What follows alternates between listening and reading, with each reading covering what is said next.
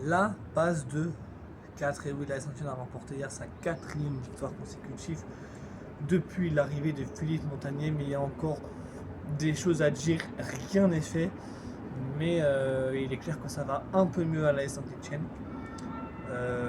Mais comme je dis, rien n'est fait, effectivement. Salut l'équipe, on se retrouve donc aujourd'hui pour une nouvelle vidéo débrief de la belle victoire de la Saint-Etienne hier 3-0 face à Pau. Je pense que le score est un petit peu sévère au vu du match des Palois.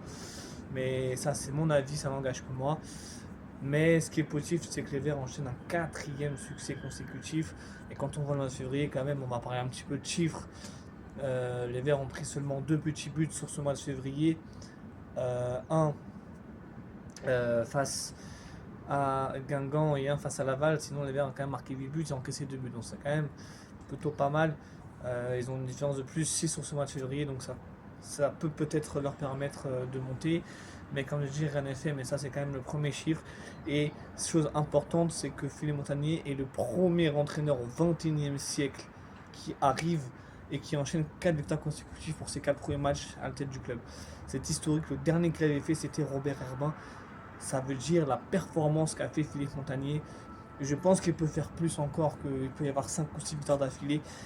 Mais déjà là, on a 4 victoires consécutives avec l'arrivée d'un nouveau coach. C'est pas souvent le cas à Saint-Etienne.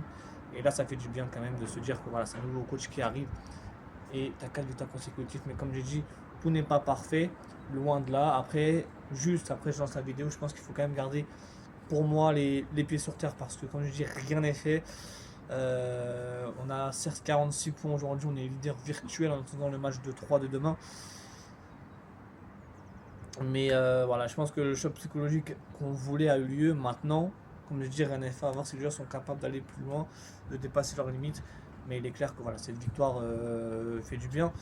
Et surtout dans la manière, dans la construction de la victoire, parce que ça n'a pas été facile. Les Verts ont se présenté avec un système de jeu classique, avec la même compo que d'habitude, à l'exception que Igor Miladinovic était sur le banc, remplacé par Florent Tardieu qui revenait de blessure. Je pense que ça lui a fait du bien, un Tardieu de souffler pendant de longs matchs. Et il faut se rappeler qu'avec Corneland, il a fait tous les matchs en tant que titulaire sous Eric Corneland. Et avec Montagnier, c'est vrai qu'il n'a pas joué. C'est son premier match hier, on va dire officiellement, enfin, où il était titulaire. Et les autres matchs, il était sur le banc, mais bon, c'est son premier match en tant que titulaire depuis fin janvier. Donc il fallait qu'il reprenne un petit peu du poil de la bête. Faut Tardieu. Et du coup, sinon, c'est du classique hein, avec Kanté qui va être à la journée. On va en parler. C'est à 5 qui a marqué un doublé. Cardona qui fait une passe décisive. Boaké qui en fait 2, la Ballon du Fuse, bref, il y a beaucoup de choses à dire. Et les Verts vont commencer ce match très fort, un petit peu comme passe à Laval. Mais cette fois-ci, c'est dans le jeu, troisième ligne de jeu, la passe de Kanté. Mon Dieu, quelle passe, elle est magnifique, elle est stratosphérique, sa passe. Il lance Cardona dans la profondeur, il casse la ligne, Cardona avance, on contrôle le ballon, avance, il lève la tête, il le fait souvent en ce moment. Il l'avait déjà fait contre un peu depuis l'arrivée de Montagnier, c'est vrai qu'il prend plus le temps. Il lève la tête et il centre et voit Stassin qui marque enfin depuis le 20 septembre. C'était son dernier but, c'était face à Reims. Il n'avait plus marqué depuis le 20 septembre, autant vous dire que ça doit lui faire du bien. Est-ce qu'il est lancé? Je sais pas. Ça, par contre, je vous cache pas. Je sais pas s'il est lancé. Ça, on verra au fur et à mesure des matchs qui restent. Il n'est pas lancé encore. Enfin, il est lancé peut-être, mais il faudra voir.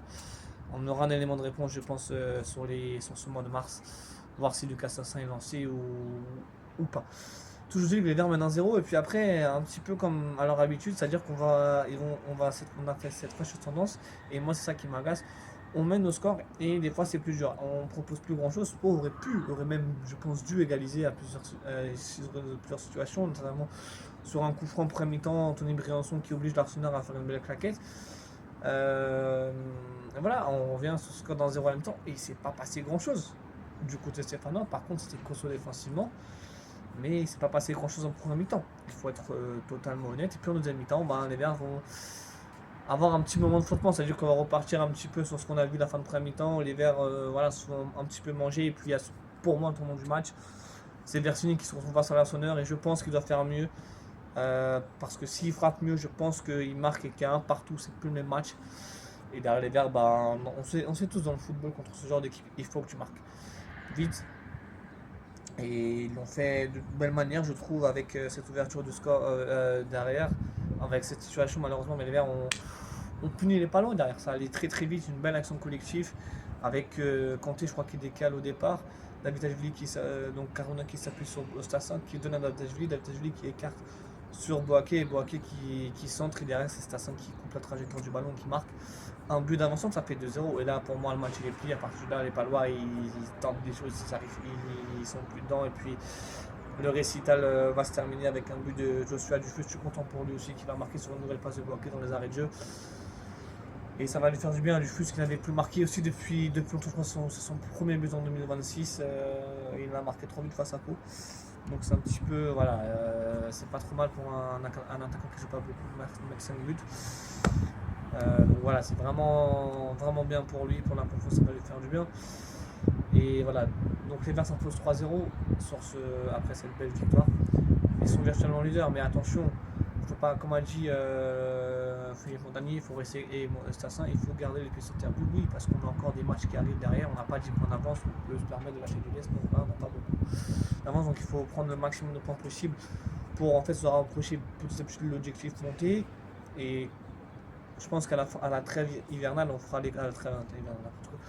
la trêve internationale, on fera les comptes de voir si Saint-Etienne peut se permettre ou pas un faux pas. Pour moi, à l'heure actuelle, on ne peut pas se permettre de faire un faux pas. Il faut qu'on gagne des matchs, qu'on prenne des points. Voilà, il faut qu'on prenne un maximum de points possible. Et voilà, ça c'est super important pour moi de le dire. C'est vrai que voilà, Montagnier a instauré quelque chose. On sent que mentalement les mecs ils sont mieux, même si comme je dis c'est loin d'être parfait. Et c'est vrai que on a une maîtrise, on a su tuer le match, mais on a toujours ce sentiment que voilà, on a eu un grand larsonneur.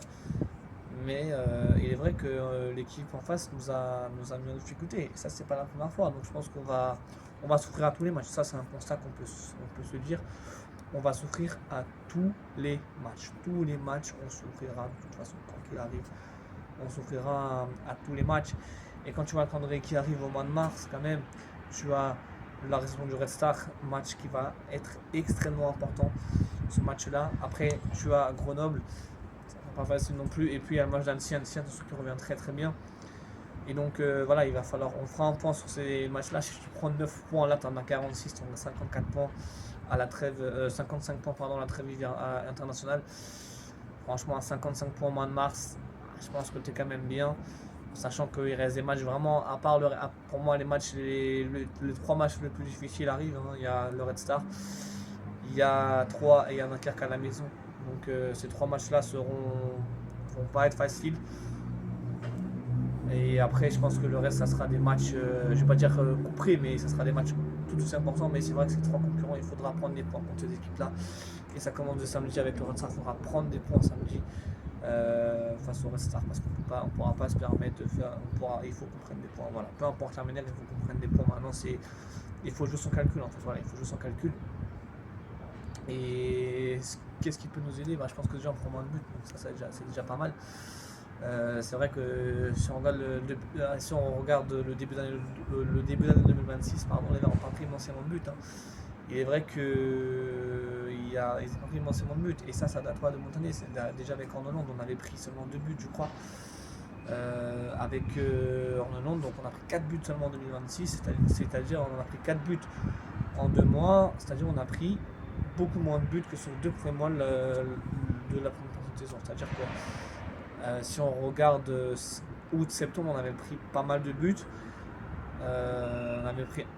Je crois qu'on avait pris 3 buts face à Laval. On avait pris 4 buts sur le mois d'août.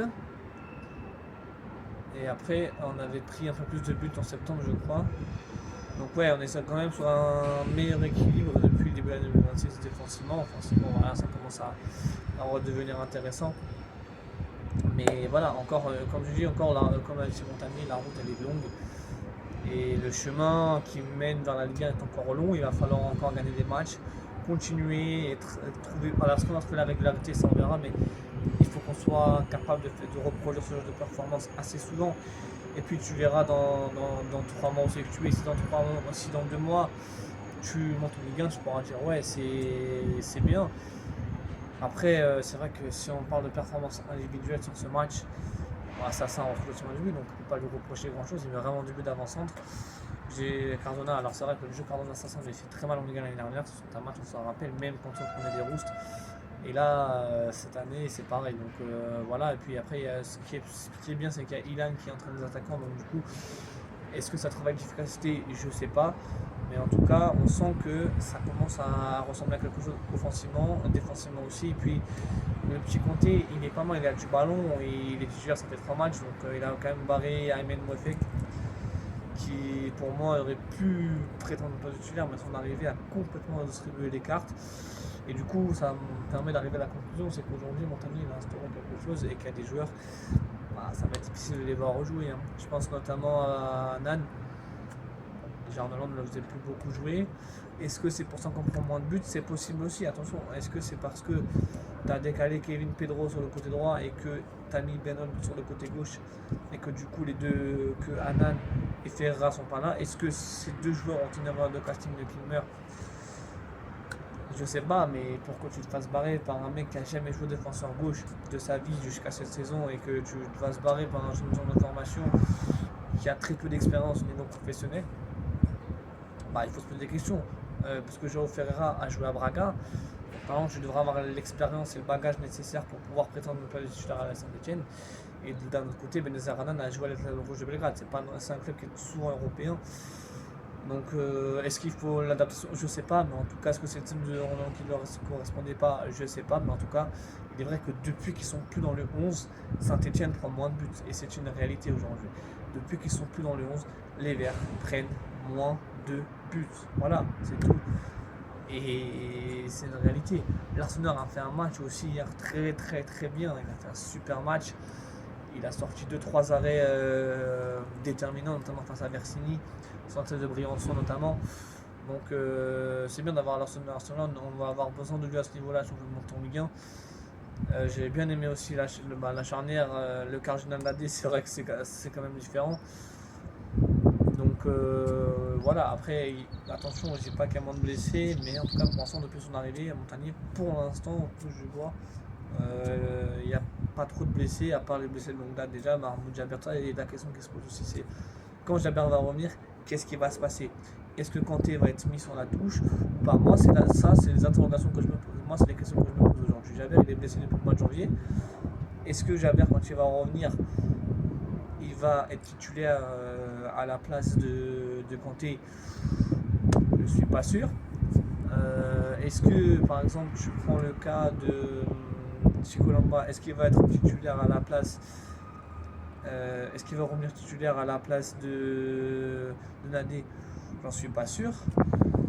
Est-ce que Bernard va j'en suis pas. En fait, voilà, tout ça, c'est des interrogations on se pose légitimement, en fait. On se pose totalement. Et c'est une question que, voilà, quand tu es entraîneur, c'est difficile parce que tu te dis, ouais, les joueurs sont performants, mais je sais pas, c'est vrai que maintenant, la concurrence, elle sera saine, mais c'est comme j'ai dit, et je réaffirme, je maintiens ma position. Pour moi, il y a des joueurs qui ne joueront plus avec les Montagniers, c'est une quasi-certitude, c'est quasiment certain. Il y a des joueurs qui ne joueront plus, qui ne porteront plus maillot vert cette saison.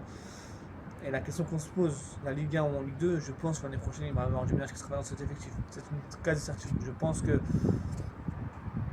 tu sois en Ligue 1 ou en Ligue 2, il y aura de toute façon un ménage qui sera fait, qui devra être fait de certains joueurs. Est-ce qu'on va te débarrasser d'Anan, de Ferreira? Est-ce que tu les gardes? Parce que c'est vrai que du coup Anan a plus un rôle de doublon. Ferreira c'est pareil, sauf qu'à droite, et on avait vu, ça veut dire qu'en fait la réalité à gauche c'est que Bernard a joué à gauche, ça a tenu, Bernard a joué à gauche, ça a tenu, et quand il est là, ça tient pas. Donc moi je pense que on s'est trompé sur Ebenezer Anan et sur João Ferreira, mais après peut-être qu'ils nous feront mentir dans un mois ou deux où ils seront peut-être les meilleurs défenseurs du monde. Mais pour l'instant, ils ne font pas mentir, et voilà. Parce que Pedro est en train de monter petit à petit en puissance. Et voilà, puis au milieu de terrain, on verra si Jaber va retrouver sa place de titulaire. Déjà que Kanté a barré Aymen Mouefek. Donc voilà, je me pose la question qui sera titulaire ou pas entre hier, parce que c'était Kanté, Tardieu et Boaké plus haut. Est-ce que Tardieu va basculer? C'est Jaber qui va jouer? Je sais pas. Moi, je sais pas comment on va faire Philippe Montagnier. On verra les prochaines semaines le retour de blessure, comment ça va se passer. Mais il est clair qu'il va falloir se poser des questions sur la part de certains joueurs à l'AS Saint-Etienne. Et tout simplement pour finir la vidéo, on a fait un mois de février parfait, 12 sur 12, c'est rarement arrivé à la Saint-Etienne, 12 sur 12. Maintenant il faut aller gagner la semaine prochaine face au Red Star. Si on gagne contre le Red Star, les Verts ont 49 points, tu gagnes à Grenoble 52 points, tu gagnes, tu peux avoir 56 points. Est-ce que c'est possible? Est-ce que les Verts vont le faire? C'est totalement possible. En tout cas, je pense qu'on aura 50 points d'ici quelques matchs. On verra bien, mais en tout cas, voilà, il y a encore beaucoup. Le chemin est encore long, comme j'ai dit, mais il va falloir continuer comme ça. Il faut que les Verts continuent ce qu'ils sont en train de proposer en ce moment. Et voilà, le premier enseignement qu'on peut tirer de Montagnier, c'est qu'il a lavé les têtes. Et c'est ce qu'il fallait faire. Voilà, c'est ce qu'il fallait faire. Et du coup, moi, j'en profite pour vous dire que je vous retrouverai samedi prochain, j'espère sous un beau soleil comme on a ici, du côté de Geoffroy Guichard, parce que je serai au match pour le choc entre Saint-Etienne et le Red Star, un choc tellement attendu, tellement, j'espère que ce sera un bon match de football. Ça sera pour moi la première fois que je verrai vraiment Philippe Montagnier, enfin le jeu de Philippe Montagnier, même si je commence à voir un petit peu certaines choses. Mais en tout cas, il y aura peut-être une vidéo débrief devant le stade, c'est prévu, et même peut-être une vidéo d'avant-match devant le stade. Il y a plein de petites choses qui sont prévues normalement samedi pour ce match-là. Normalement, je serai aussi au match à Grenoble.